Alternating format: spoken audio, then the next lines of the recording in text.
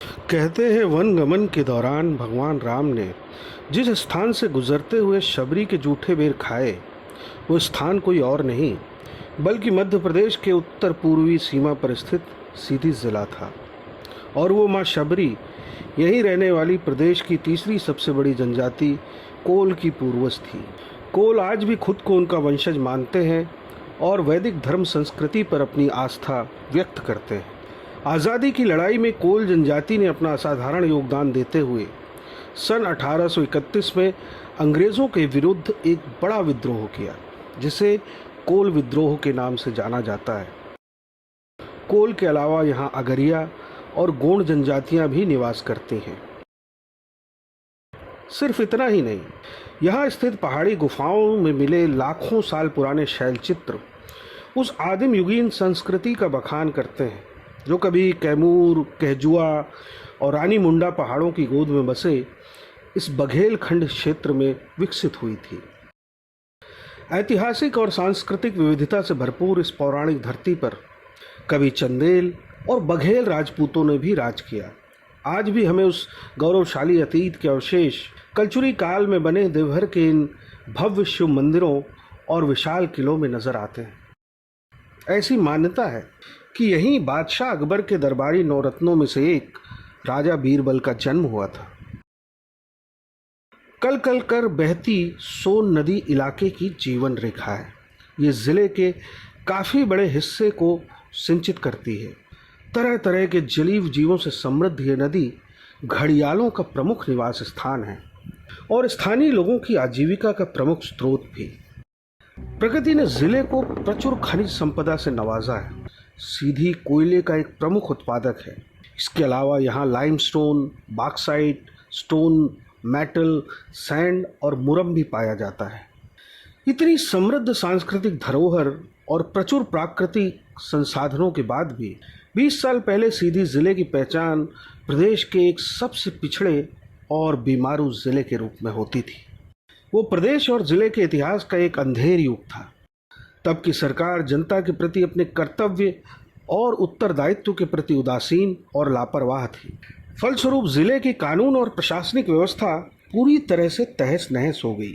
बुनियादी ढांचा भ्रष्टाचार की भेंट चढ़ तबाह हो गया।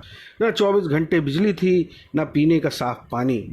21वीं सदी में भी लोग दिए की रोशनी में जीने को मजबूर थे। सड़कें पूरी तरह से टूट फूट कर बर्बाद हो गई थी। उन पर किसी वाहन का चल पाना दुश्वार था। स्कूल भवन पूरी तरह टूटे और जर्जर थे। अस्पतालों में बुनियादी सुविधाओं का अभाव था। वहीं दूसरी ओर कुपोषण से बच्चे बेहाल थे।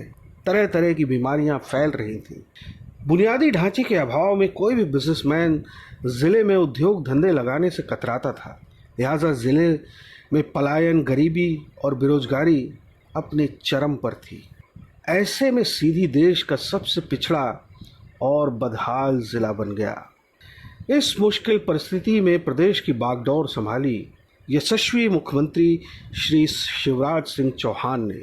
अपने कुशल नेतृत्व और दूरदर्शिता से उन्होंने कुछ ही सालों में प्रदेश के साथ सीधी ज़िले की दशा और दिशा दोनों ही बदल दी। आज सीधी विकास के पथ पर अग्रसर होकर एक अलग पहचान बना रहा है। पिछले 20 सालों में पूरे ज़िले में हाई क्वालिटी की चौड़ी और मजबूत सड़कों का निर्माण हुआ है। नदियों में पुल बने हैं और पुरानी सड़कों की मरम्मत हुई है।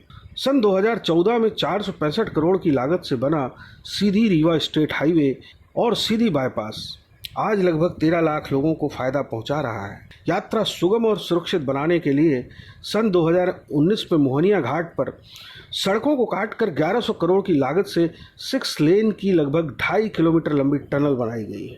अंतर्राष्ट्रीय मानकों के अनुरूप हुए इस निर्माण से रीवा और सीधी की दूरी तय करने में लगने वाला समय अब 2.5 घंटे से कम होकर सिर्फ 45 मिनट का रह गया है।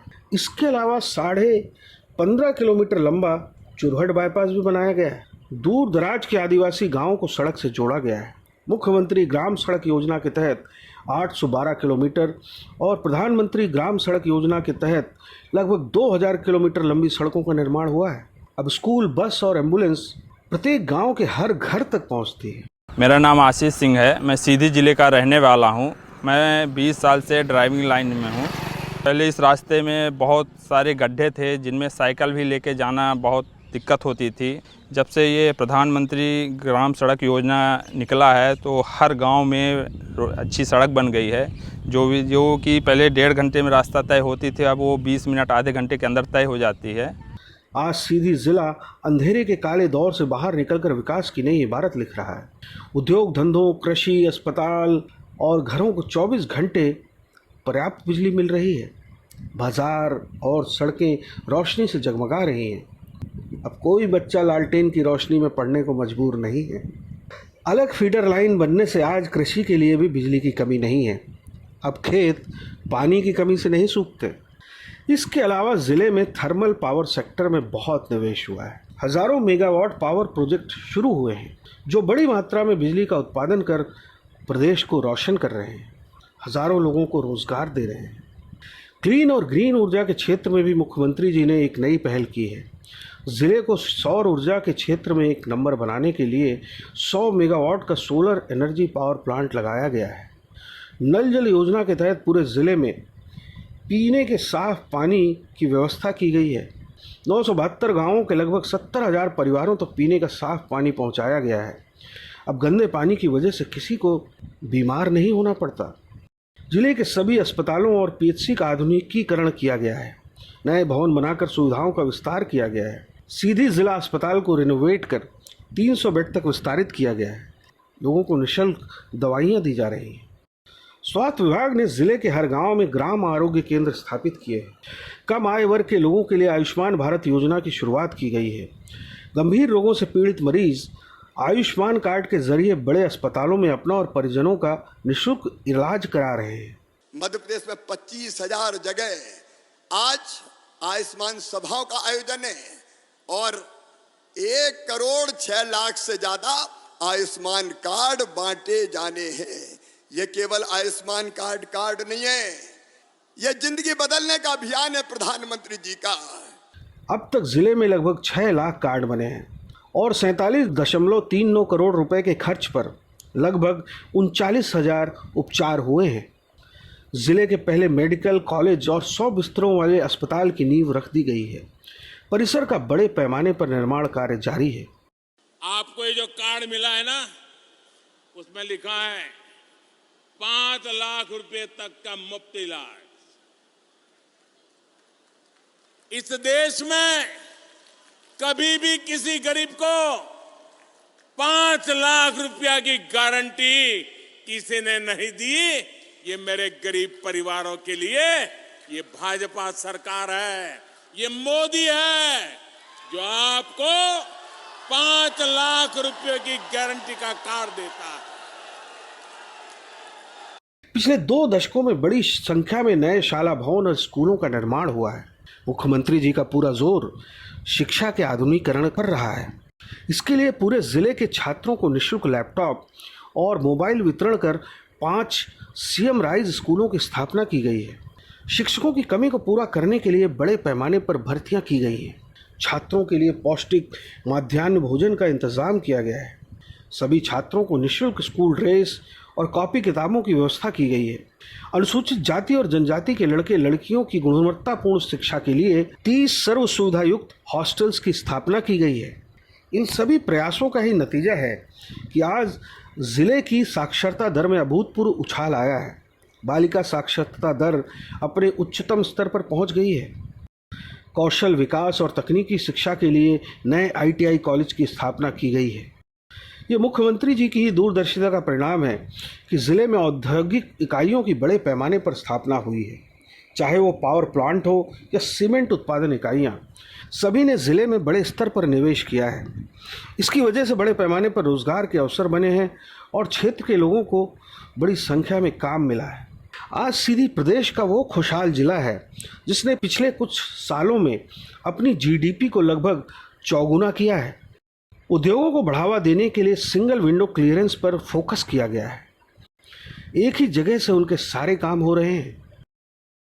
मुख्यमंत्री उद्यम क्रांति योजना और मुख्यमंत्री युवा उद्यमी योजना के तहत लघु और मध्यम उद्योगों के लिए व्यवसायियों को सस्ती ब्याज दरों पर लोन उपलब्ध कराया गया है। सभी सरकारी योजनाओं का लाभ देने के लिए ऑनलाइन सर्विसेज की शुरुआत की गई। सीधी अपनी पारंपरिक पंजादरी और कालीनों के लिए देश भर में जाना जाता है। जीवंत रंगों और वर्गाकार डिजाइन के लिए मशहूर इन दरियों का निर्माण सिंहावल ब्लॉक में किया जाता है।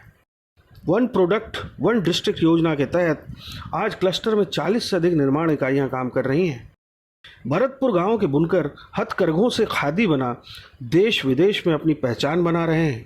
मैं खुरबा टोला जिला सीधी का रहने वाला हूं। आज करीब 30 साल से हम काम कर रहे हैं इस दरी का, और इसमें हमने एक समूह बनाया, सलमा स्व सहायता समूह, जो कि आजीविका मिशन से हम लोग कांटेक्ट हैं, और इस प्रकार से हम लोग वहाँ से लोन भी प्राप्त करते हैं और शासन से सहायता राशि भी मिलती है। हमारे यहाँ कम से कम महिलाओं और पुरुषों को मिला के करीब 400 से 500 तक के लोगों को काम मिला है। मध्य प्रदेश में चंबल के बाद सोन नदी में ही घड़ियाल पाए जाते हैं। इनके संरक्षण के लिए सरकार ने जिले से होकर बहने वाली सोन नदी में घड़ियाल अभयारण्य की स्थापना की है। आज ये अपने आप में एक बड़ा टूरिस्ट अट्रैक्शन सेंटर है। इसके अलावा संजय दुबरी नेशनल पार्क बाघों का एक बड़ा रहवास है। हिरन, चीतल, बारहसिंगा, नीलगाय जैसे जानवरों की मौजूदगी इसे आकर्षण का केंद्र बनाती है। सीधी अपने दलहन, खास तौर पर अरहर की पैदावार के लिए जाना जाता है। खेती के लिए मिली पर्याप्त सुविधाओं की वजह से पिछले दशक में कृषि पैदावार में भारी वृद्धि हुई है। जिले का कुल सिंचित रकबा बढ़कर 62,505 हेक्टेयर हो गया है। 34 सिंचाई परियोजनाओं की नहरों से खेतों में पानी पहुंचाया जा रहा है। 500 गांवों की लगभग 10 लाख आबादी लाभान्वित हुई है। मुख्यमंत्री किसान कल्याण योजना और पीएम किसान सम्मान योजना को मिलाकर लगभग 2.5 लाख किसानों को सालाना 12,000 रुपयों की प्रोत्साहन राशि मिल रही है। इसके अलावा पिछले कुछ सालों में सरकार ने 3,000 से भी ज़्यादा किसानों का लगभग 7 करोड़ रुपए का कर्जा भी माफ़ किया है। प्रधानमंत्री जी के बनाए गए विकास के मॉडल को फॉलो करते हुए मुख्यमंत्री जी ने सबके लिए घर का सपना साकार किया है। मकान एक सपना होता है। हर एक व्यक्ति एक सपना देखता है कि काश मेरे परिवार के पास भी घर होता, पक्की छत होती। जब हम बाहर रहते हैं, शाम हो जाती है तो एक शब्द सबके मुंह से निकलता है, चलो घर चलें। घर घर अपनी जिंदगी है, और इसलिए प्रधानमंत्री आवास योजना इसके लिए वरदान है। आज प्रधानमंत्री जी को धन्यवाद देते हुए मैं ये कहना चाहूंगा कि 1 लाख लोगों को 70,000 का तो गृह प्रवेश हुआ है, और गृह प्रवेश के साथ साथ हमने किस्त भी जारी की है 30,000 को। तो हमारे ऐसे भाई और बहनों को हमने सिंगल क्लिक से 300 करोड़ रुपए की राशि आज रिलीज करने का काम किया है। सन 2020-21 में जब पूरा देश कोविड-19 की महामारी का प्रकोप सह रहा था, तब प्रधानमंत्री जी ने असाधारण संवेदनशीलता दिखाते हुए गरीब और वंचित वर्ग के लिए प्रधानमंत्री गरीब कल्याण अन्न योजना की शुरुआत की। योजना के तहत जिले के लगभग 10 लाख से ज्यादा हितग्राहियों को निःशुल्क अनाज दिया जा रहा है। चुस्त और सजग कानून व्यवस्था ने जिले में अपराधों पर लगाम लगाई है। महिला हेल्पलाइन पर कॉल कर महिलाएं अब अत्याचार के खिलाफ आवाज उठा हक के लिए लड़ रही हैं। मुख्यमंत्री जी की महत्वाकांक्षी लाडली बहना योजना आज सीधी की लगभग 2 लाख से ज्यादा महिलाओं को सशक्त बना रही है। जब बेटियों के मामा भय तो बहनों के भैया भय के नहीं भय। अब हर गरीब बहन जो मध्य प्रदेश की निवासी है, उनके खाते में हर महीना 1,000 रुपया डाला जाएगा।